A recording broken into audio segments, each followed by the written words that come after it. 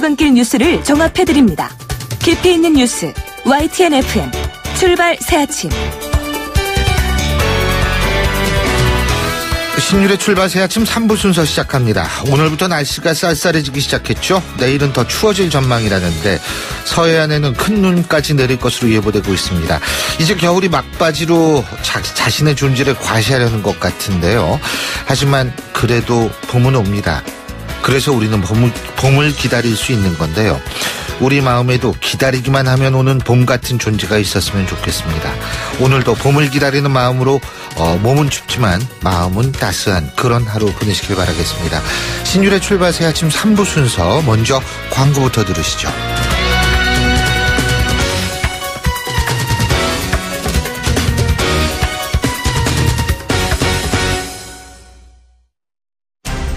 온도와 습도를 항상 일정하게 유지시켜주는 항온항습기 전문기업 AR. 전산센터, 반도체 공장, 미술관, 박물관, 귀중품 보관실을 30년 축적된 기술로 AR이 지켜드립니다. 24시간 확실한 서비스 보장 031-497-0561. 아유, 세 단계 종이 또 걸렸어? 정말 제본 하나 하려다가 미치겠네. 내가 진작 현대오피스로 바꾸라니까. 오늘 다 날 셀 거야. 이제 스트레스 받지 마세요. 사무기기 전문기업 현대오피스가 책임지겠습니다. 사무기기의 올바른 기준 현대오피스. 포토라인이 아닙니다. 포토존 탈취장치 19년 오직 한 길. 포토존 탈취장치 명품만을 고집해온 센텍. 대표이사 권용석입니다. 하수관 악취, 공장 유해 악취 이제 포토존에 맡겨주세요. 대표이사가 보증합니다. 센텍 센데 1544-8785. 사장님, 성악가 김동규 씨네 집 바닥재 좋던데 우리 집도 똑같은 걸로 해줘요. 요즘 떠오르는 바닥재 스타 강마루. 스타일 좋고 습기 열 긁힘에 강하니까 오래 사용하려면. 그래서 스타 강마루를 하는구나. 성악가 김동규입니다. 강마루 스타는 스타 강마루. 스타 강마루. 고객님 사랑합니다. 배우 박서연이에요. 제가 뭘 잘 잊는 걸로 소문나 있잖아요. 근데 딱 한 가지 안 잊어먹는 게 있답니다. 대리운전 번호 2588 말이죠. 2588은 안 되는 노래까지 되더라고요. 좌우로 정렬 2588. 홍은희 씨, 잇몸 관리 어떻게 하세요? 잇몸 관리요? 양치 잘하고 치과도 다니고 그리고 하나 더. 인사돌 플러스. 염증에도 좋고 들뜬 느낌도 꽉 잡아주니까요. 잇몸 건강에 인사돌 플러스. 써본 후의 차이요? 직접 느껴보세요. 동국제약. 자, 따라해보세요. 이카운트 ERP 4만원. 회계관리. 이카운트 ERP 4만원. 재고관리. 이카운트 ERP 4만원. 생산관리. 사업 성공 함께해요. 이카운트 ERP의 모든 기능을 월 4만원에 드립니다. 이카운트. 가입비 부가세 별도.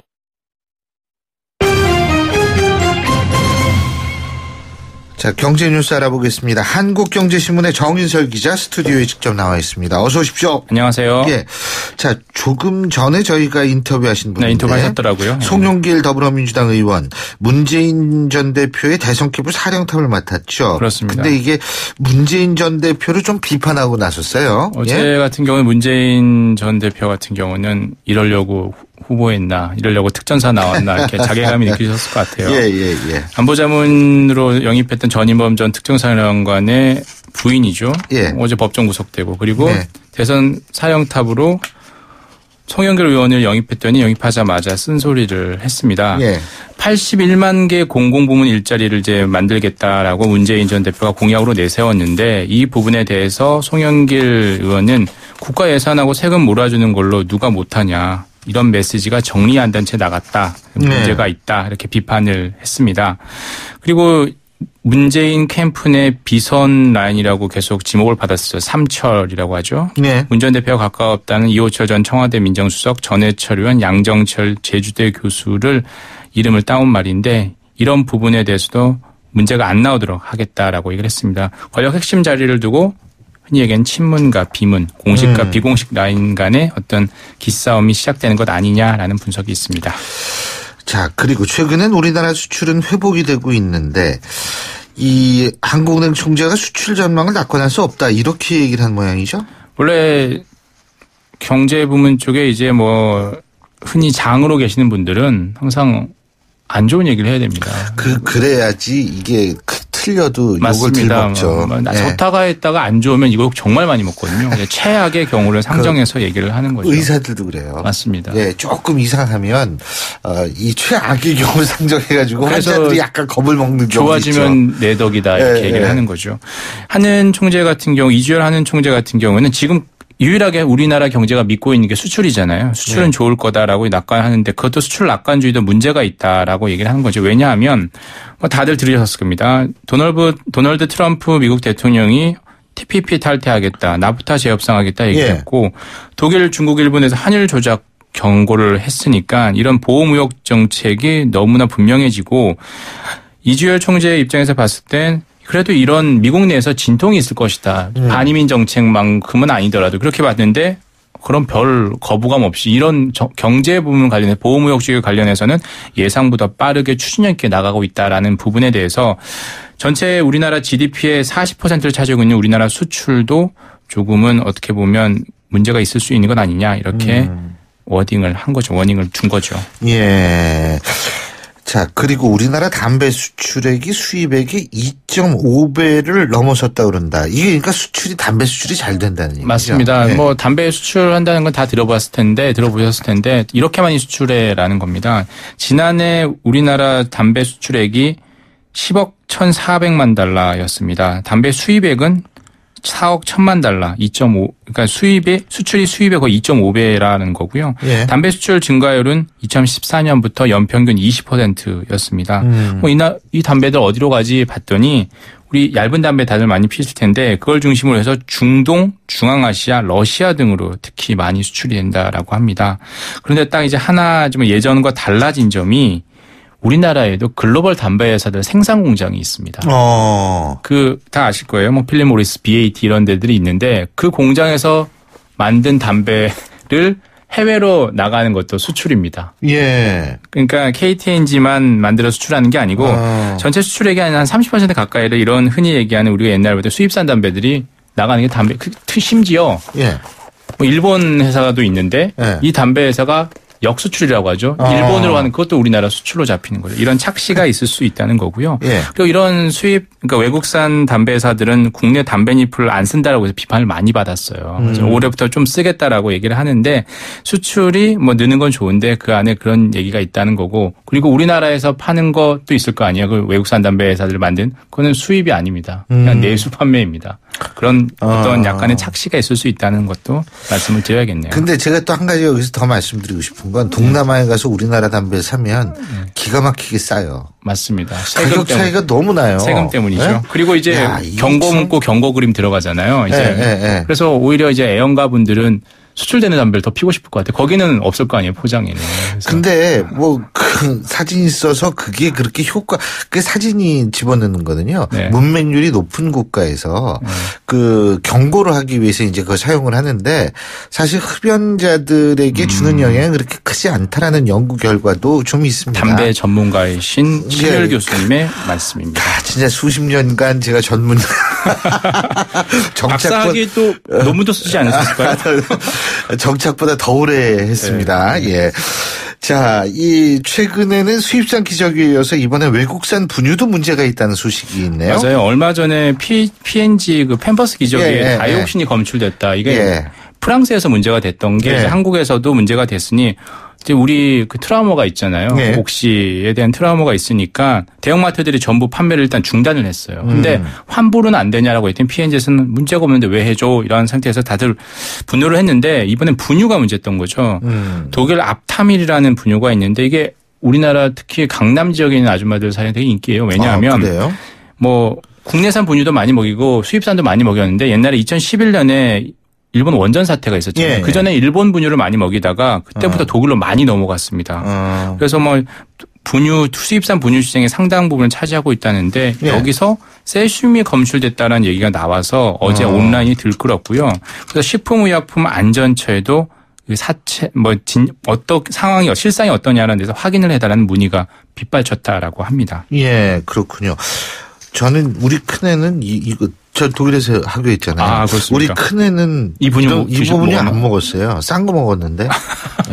그래서 잘 크고 계시다는 거죠. 아, 예. 잘 컸어요. 아주. 예.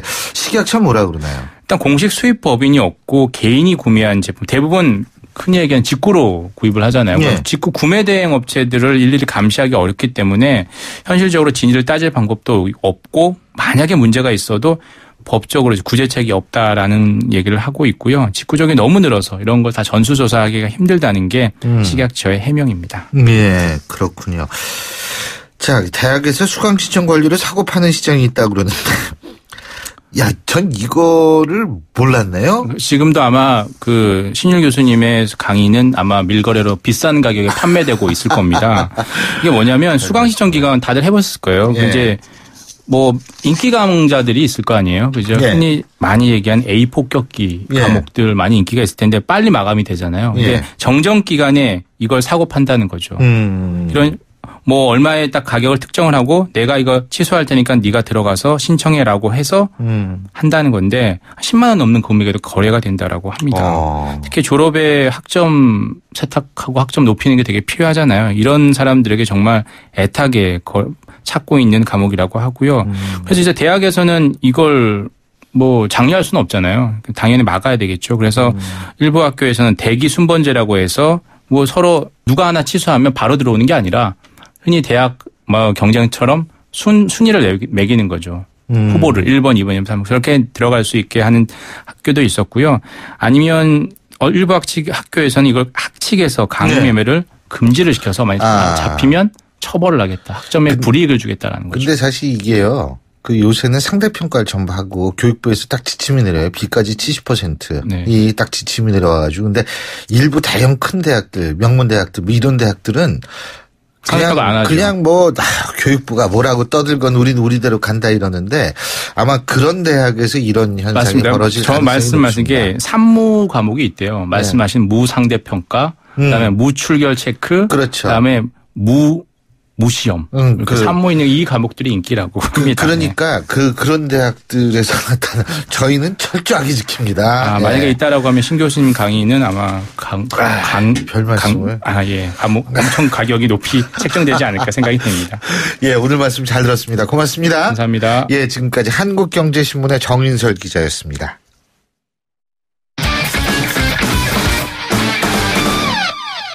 자, 이번엔 스포츠 소식 알아보겠습니다. 최동호 스포츠 평론가 전화 연결돼 있습니다. 안녕하십니까? 예, 안녕하세요. 평창 동계올림픽 앞으로 딱 1년 남았죠? 그죠? 예, 그렇습니다. 예, 서울광장에서 카운트다운 시계탑 제막식이 있었네요.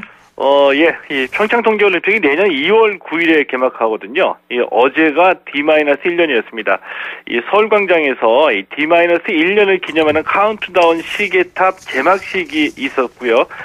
유동훈 문체부 2차관, 이 박원순 서울시장, 최문순 경기도지사, 강원도지사, 최문순 강원도지사. 강원도지사입니다. 이 강원도지사하고 이희범 조직위원장하고 린드버그 IOC 조정위원장 등이 참석을 했는데 이 분위기가 굉장히 어수선했습니다. 이 서울광장에 이 대통령 탄핵을 반대하는 보수단체 텐트 수십 개가 설치되어 있죠. 그러니까 이 박원순 시장이 참석한다는 소식이 전해지면서 이 보수단체 회원들이 몰려들기 시작했고요. 이 경찰과 서울시 직원들이 배치가 되고 이 보수단체 쪽에서도 이 경광봉을 들고서 시계탑 주위를 지키기도 했는데 다행히 별다른 사건 사고 없이 행사가 마무리됐습니다. 예, 다행입니다. 근데 사실은 지금 평창 올림픽 이게 최순실 사태 때문에 굉장히 어수선한 분위기 속에서 준비를 할 수밖에 없는 거 아니겠어요? 예, 그렇습니다. 준비 잘 돼가고 있습니까? 몇 가지로 좀 나눠서 살펴봐야 되는데요. 자, 우선 이 눈에 보이는 경기장 시설하고 우리 선수들의 성적이 중요한데 이 경기장 공사는 잘 돼가고 있습니다. 이 올림픽 경기장 12개 중에서 6개가 신축 경기장인데 이 97%의 공정률이라고 나오는데 실질적으로 완공이 다 됐다고 보시면 되고요. 예를 들면은 이 피겨하고 쇼트트랙 경기가 열리는 강릉 아이스 아레나 같은 경우에는 이미 이 테스트 이벤트까지 치르면서 호평을 받기도 했습니다. 현재 이제 각 종목 테스트 이벤트가 계속해서 열리고 있고요. 또 이 국민적인 관심을 모으려면 우리 선수들의 성적이 중요한데, 자, 우리가 이 평창에서 금메달 기준 순위로 4위를 목표로 하고 있거든요. 스피드 스케이팅 이승훈, 김보름 선수, 쇼트트랙, 또 스켈레톤 윤성빈, 봅슬레이 이인승, 이 원윤종, 서영우 선수에게 금메달을 기대하고 있고요. 현재까지 12명의 귀화 선수를 영입했는데 이 바이애슬론과 루지 등에서도 귀화 선수들의 메달을 기대하고 있습니다.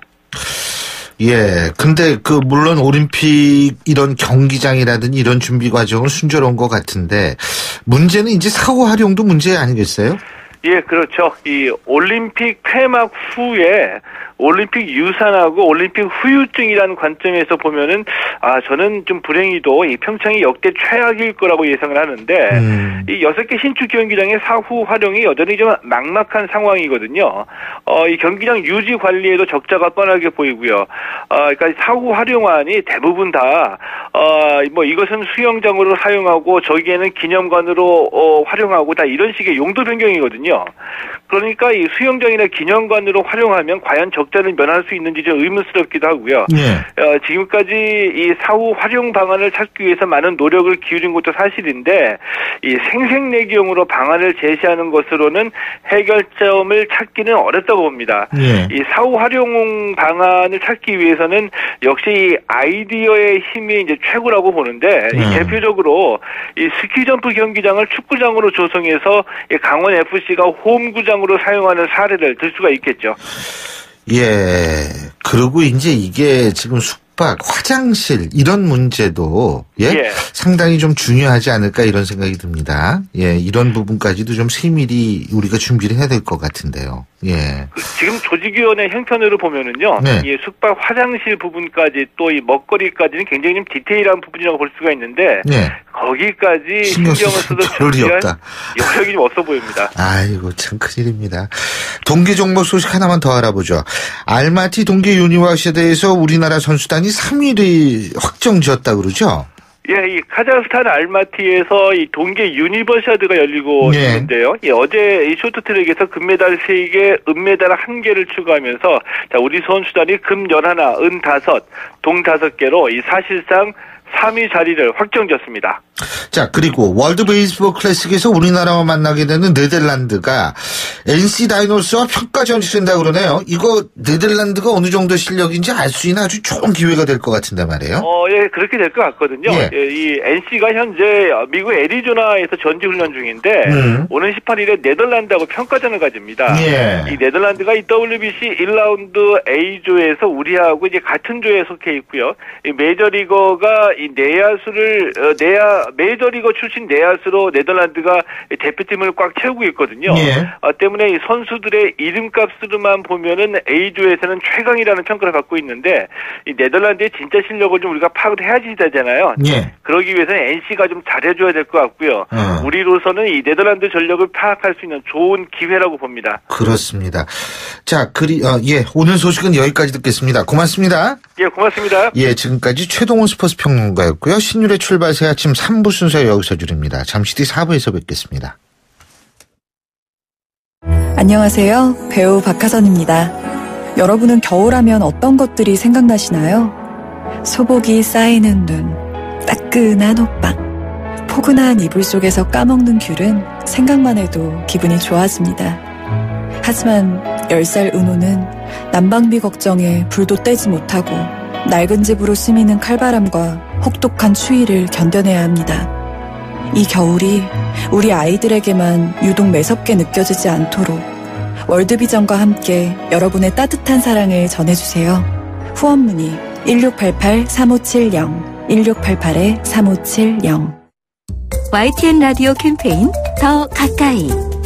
안녕하세요. 셰프 에드워드 곤입니다. 바쁜 일정을 소화하다 보면 마음이 급한 나머지 운전이 과격해질 때가 있죠. 과속과 급제동은 위험할 뿐만 아니라 대기오염도 심화시킨다고 하는데요.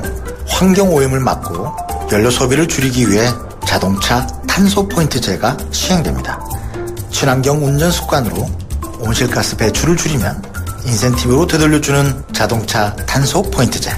경제 속도를 준수하고 급출발, 급제동을 줄여 환경도 보호하고 인센티브도 받는다는 것. 맛과 영양을 모두 챙기는 훌륭한 요리와 같지 않나요? 깨끗한 환경은 더 가까이, 지구온난화는 저 멀리. 친환경 운전 습관을 실천합시다. YTN 라디오 캠페인 더 가까이.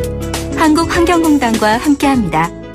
골프 장갑도 G맥스, 등산 장갑도 G맥스, 헬스 장갑도 G맥스, 가죽 장갑도 G맥스, 장갑하면 G맥스. 대한민국 우리 장갑 G맥스. 30년 한길 범양 글러브가 만듭니다. 글러브 맥스 G맥스. 한국어요?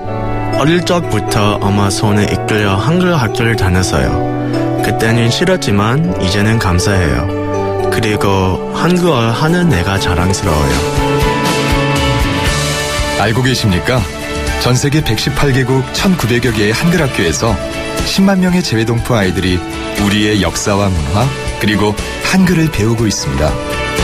그들이 어디에 있든 한민족이라는 뿌리를 잊지 않도록 재외동포 재단은 전 세계 한글 학교를 지원하고 있습니다. 720만 재외동포의 든든한 버팀목 재외동포 재단.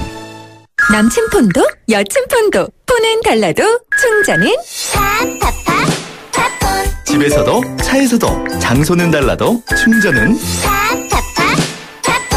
언제 어디서나 스마트폰 충전기 브랜드 폰이 아니라 폰 팝폰. 날카로운 분석, 내일을 보는 시선, 신율의 출발 새 아침. 신율의 출발 새 아침 4부 순서 먼저 광고부터 듣죠. 홍은희 씨, 잇몸 관리 어떻게 하세요? 잇몸 관리요? 양치 잘하고 치과도 다니고 그리고 하나 더. 인사돌 플러스. 염증에도 좋고 들뜬 느낌도 꽉 잡아주니까요. 잇몸 건강에 인사돌 플러스. 써본 후의 차이요? 직접 느껴보세요. 동국제약. 아이오페맨의 새로운 모델 조정석입니다. 발렌타인데이에 남자 선물 고르기 참 힘드시죠? 제가 팁 하나 드릴게요. 아이오페맨 트리플 리프트 세럼. 남자 피부를 더 탄탄하게 만들어주니까 그 사람도 당신도 분명 좋아할 거예요. 아이오페맨 트리플 리프트 세럼. 에이스 고객 지성 이보영. 침대를 말하다. 이 사람 가구는 그렇게 유행만 찾더니 침대는 스프링부터 소재까지 엄청 따져요. 당연하지. 몸을 위한 건데. 잡았으면 알 텐데. 침대는 가구가 아니다. 침대는 에이스다. 에이스 침대. 출발 새 아침에서 드리는 선물 같은 한마디.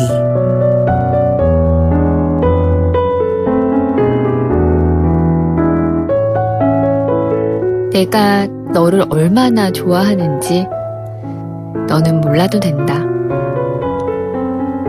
너를 좋아하는 마음은 오로지 나의 것이요. 나의 그리움은 나 혼자만의 것으로도 차고 넘치니까.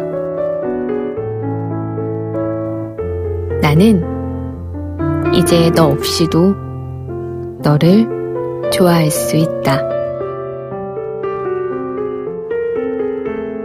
오늘은 나태주 시인의 내가 너를 중에서 보내드렸습니다.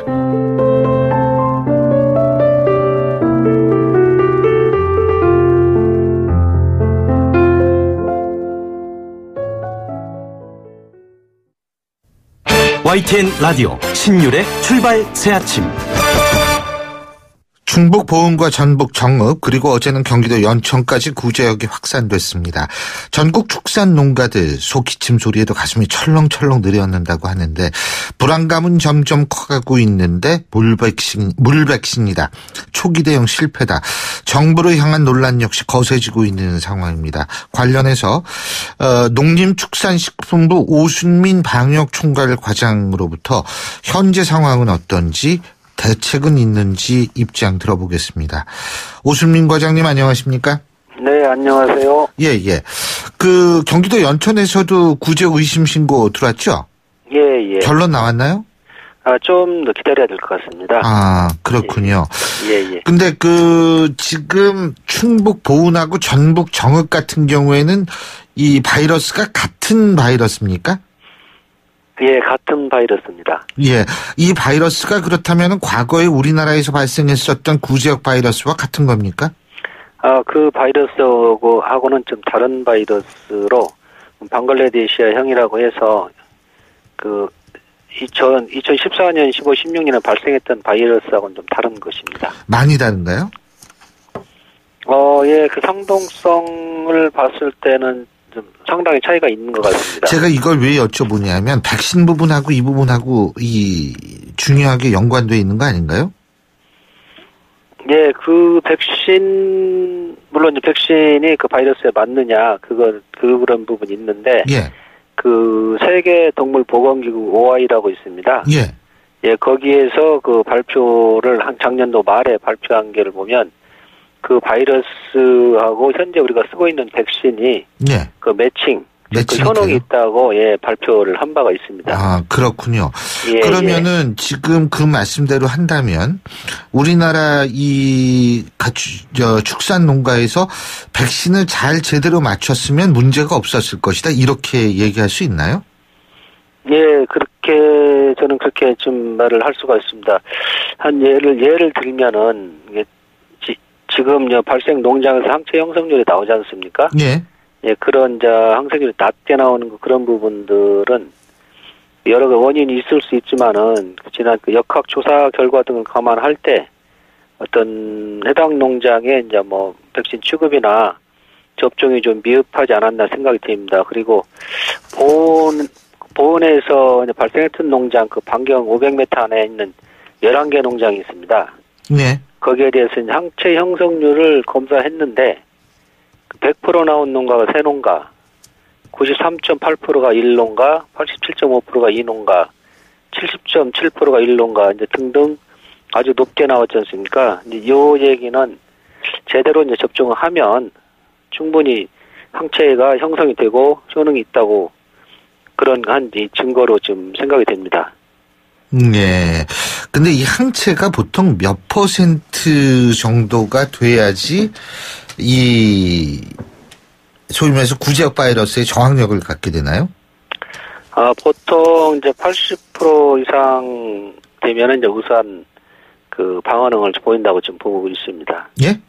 80% 이상 되면은 우선 방어능을 보인다고. 그렇다면은 우리 과장님께서 말씀하신 70%대 농가 하나는 그거는 제대로 된 접종이라고 볼 수가 없겠네요. 그렇게 딱 그 단정적으로 계산할 부분은 아니고요. 예. 그 70%대 되더라도 그 방어할 수 있는 능력은 있고 80% 이상 되면은 아주 우수한 방어 능력을 좀 보이는 걸로. 자, 그렇다면 말이에요. 농장주들 같은 경우에는 백신을 접종했는데도 항체가 형성되지 않았다. 지금 이런 주장 나오고 있거든요. 그래서 물백신 논란이 나오고 있는데요. 이 부분은 어떻게 보십니까? 그래서 앞에 제가 예를 들은 거예요. 예. 예를 들은 거 보면은 100%짜리 새 농가 있고 90% 이상 나오는 농가들 있지 않습니까? 예. 그런 농가들을 보면 이게 제대로 접종했을 때 그 정도 좀 나올 수가 있고 또 하나가 그 백신 접종을 할 때 그 백신 같은 경우는 그 5일 백신이기 때문에 좀 섬세한 그 보관 관리 등이 좀 있어야 되고 또 그 접종할 때 흔들거나 그런 좀 접종 요령이 있습니다.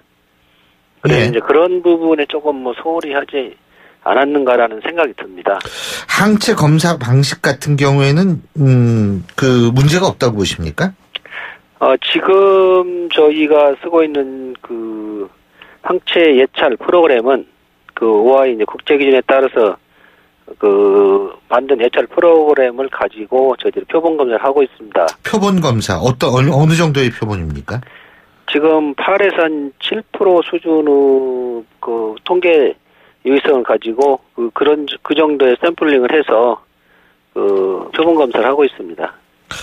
자, 근데요. 그렇다면은 예를 들면은 어떤 거는 지금 우리 과장님께서 말씀하신 대로 이게 흔들어가지고 병을 제대로 딱 맞췄는데 하다 보면 어떤 거는 흔들지도 않고 지금 바쁘니까 놀 수도 있는 거 아니에요. 그죠? 그러면은 그 같은 농장에서라도 항체 형성 비율이 다르게 나타날 수도 있는 거 아닙니까? 그렇죠. 그죠? 그러면은 이게 좀 검사 방식도 바꿔야 되는 거 아닙니까? 그거하고는 조금 좀 다르게 보셔야 돼요. 지금 이 평균 항체 형성률을 지금 보는 일단 아까 흔들고 하는 부분들 그 부분들은 백신 접종하는 그런 방법이나 그런 부분에 있어서 어떤 좀 정상 효과를 내기 위한 거기에서는 좀 부족함이 있고, 또 하나 이 예찰하는 부분은 어떤 프로그램, 통계적 유의성 있는 프로그램을 가지고 하기 때문에 한 농가에서 어떤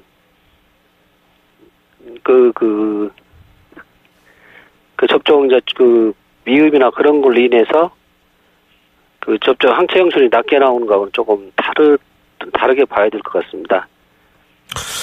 어쨌든 수의사분들이 접종을 하게 됐을 경우에는 항체 형성률이 90%가 넘게 나오더라고요. 제가 어디 데이터를 보니까. 예. 근데 이제 농장주들이 직접 하게 되면 이게 좀 굉장히 낮게 나오는 경우가 많은 것 같은데, 법적으로는 문제가 없는 모양이죠? 예. 지금 이제 수의사들은 진료를 할 수 있고, 현행 수의사법에서 지금 법적인 거 말씀하시잖아요? 예. 그건 뭐 당연하겠죠, 그거야. 근데 제가 볼 때 농장주들이 직접 접종하는 것도 법에 문제가 없는 모양이죠? 예. 현재 지금 수의사법에서 가축의 소유자는 자기 가축에 대해서 주사 등을 할 수 있도록 되어 있습니다. 예. 그래서 농장주가 자기 가축에 대한 예방접종하고 하는 것은 법적인 문제는 없습니다. 근데 이게 돈을 내고서 그렇게 저걸 했는데, 예? 주사를 놨는데 효과 없으면 그것도 좀 안타까워서 제가 여쭤본 건데, 지금 구제역은 뭐 공기전으로 60km까지 퍼진다고 그러더라고요. 예? 골든타임이 언제라고 봅니까? 어떤 골든타임? 그러니까 이걸 확산을 막을 수 있는 골든타임이죠. 골든타임이 뭐 확산이 확 되는 건 골든타임이라고 안 그러죠, 우리가? 예. 일단은 저희들이 이제 농가 지도를 할 때 어떤 구제역 감염이 된 게 확인이 되면 가장 빨리 좀 신속히 신고를 하라고 저희들이 지금 교육을 하고 계도를 하고 있습니다. 왜냐하면 이게 신고가 늦어지면 거기서 이제 바이러스가 많이 배출이 되지 않습니까? 그렇기 때문에 이제 주변으로 바이러스가 퍼지고 이전에 빨리 신속히 신고가 되면 바로 바이러스가 배출되기 전에 살처분 등을 통해서 조치를 할 수 있기 때문에 그 시점이 저희들은 이제 골든타임으로 보고 있습니다. 그게 언제쯤이죠? 그러니까 감염됐다고 의심됐을 때.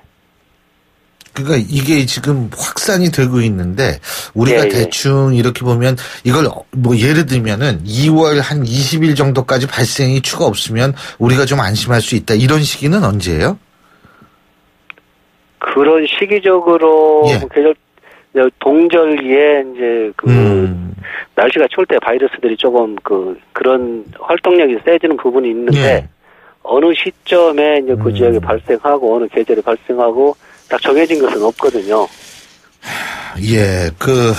어쨌든 뭐 지금 재접종을 다시 하기로 하신 거죠? 그죠? 예, 그렇습니다. 재접종이란 게 전국 일제 접종이요? 예. 근데 그게 2주 걸리잖아요. 항체 생기는데 시간이. 일주 정도부터 항체가 형성이 시작되기 시작합니다. 시작이 되는데 그게 80% 이하면 별 소용이 없다고 말씀하셨으니까 그 정도 되려면 2주 걸리는 거 아니에요?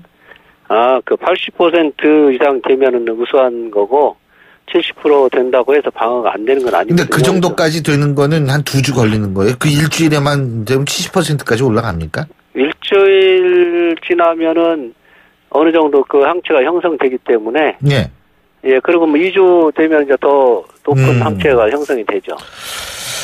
알겠습니다. 어쨌든 이거 진짜 구제역까지 이렇게 되면 안 되는데 AI에다 구제역에다가 지금 탄핵 정국에다 정말 심란합니다. 좀 전력을 다해 주시기 바라겠습니다. 오늘 말씀 잘 들었습니다. 고맙습니다. 최선을 다하겠습니다. 예.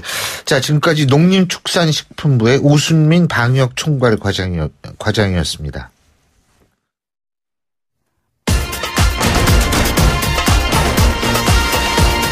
여러분이 지금 듣고 계신 주파수는 FM 94.5MHz입니다. YTN 뉴스 FM.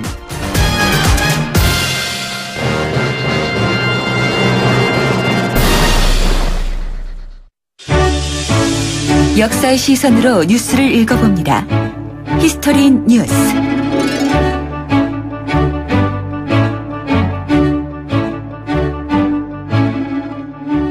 방금 전에 저희가 구제용 얘기했는데 진짜 더 이상 확산이 없어야 될 텐데 걱정입니다. 이번 주 토요일이 정월대보름입니다. 올 한 해 더 이상 나쁜 일은 없었으면 좋겠다고 좀 소원이라도 빌어야 되겠는데 벌써 내일 모레로 다가오니 정월대보름. 사람들은 언제부터 이렇게 달한테 소원을 빌었을까요? 오늘은 정월대보름의 역사 관련된 풍속에 대해서 알아보죠. 목요일의 남자죠. 역사학자 전우용 교수님 나와 계십니다. 어서 오십시오. 네, 안녕하세요. 목요일의 남자라는 호칭 마음에 드십니까? 괜찮네요. 아, 그죠? 들어보니까. 예. 근데 교수님도 정월대보름에 달 보시면서 소원을 비십니까? 우리 나이에 뭐 이렇게 빌 건 많지는 않지만. 어려서도 안 빌었던 것 같아요. 굉장히 인생을 비관적으로 보시면서, 예, 좋습니다. 정월대보름 이거 언제부터 있었던 풍속이에요? 이게 이제 태음력으로 이제 시간 전체를 판단하고 기획하는 문화권에서야 예. 다 이제 보편적으로 보는 거고요. 전에도 비슷한 말씀 한번 드린 것 같은데, 우리가 새해라고 그러잖아요. 새해라고 하는 것은 해가 갓 나은 해라는 뜻이기도 해요. 그러니까 사람들이 생각할 때 태양의 수명은 1년이고 이제 이게 섣달 구음날에 죽는 거죠. 죽고 매년 정월 초하루에 새로 태어나는 거예요. 사람도 아기가 새로 태어나면 몇 차례의 이제 금기 기간을 갖습니다. 세일에 그래서 37일 동안은 대문 앞에 금줄을 치고 외부인 출입을 금지하고요. 예. 100일 될 때까지는 아이가 밖으로 나가면 안 되고요. 100일이 넘어야 이제 비로소 아이가 안전하게 이제 출생에 성공했다고 봐서 아이들을 집 밖으로 데리고 나가서 보여주는 거잖아요. 이제 그런 식의 유비 또는 유출을 태양이라고 하는 이제 관념적 생명체에다가 예. 투사한 거죠. 그래서 해가 1월 1일 날 태어나서 보름 정도는 이제 살아야 이 해가 완전히 살았다. 이렇게 보는 거예요. 예. 그러니까 정월대보름은 이제 이 새해가 무사히 태어나서 이제 평생 살 수 있을 만큼 건강하게 이제 그 위험한 시기를 넘긴 때다. 그래가지고 어지간한 이제 태음력 문화권에서 다 축제일로 삼았고요. 우리도 당연히 이제 그걸 기념하는 대대적인 축제를 벌였던 거죠. 다른 문화권도 이제 그런 풍속이 있다. 네, 뭐 메소포타미아 지역들 이제 그 수메르 이런 지역들도 이제 음력을 따졌기 때문에 새해 첫 번째 보름달은 이제 그렇게 해서 아주 이제 풍성한 축제의 날로.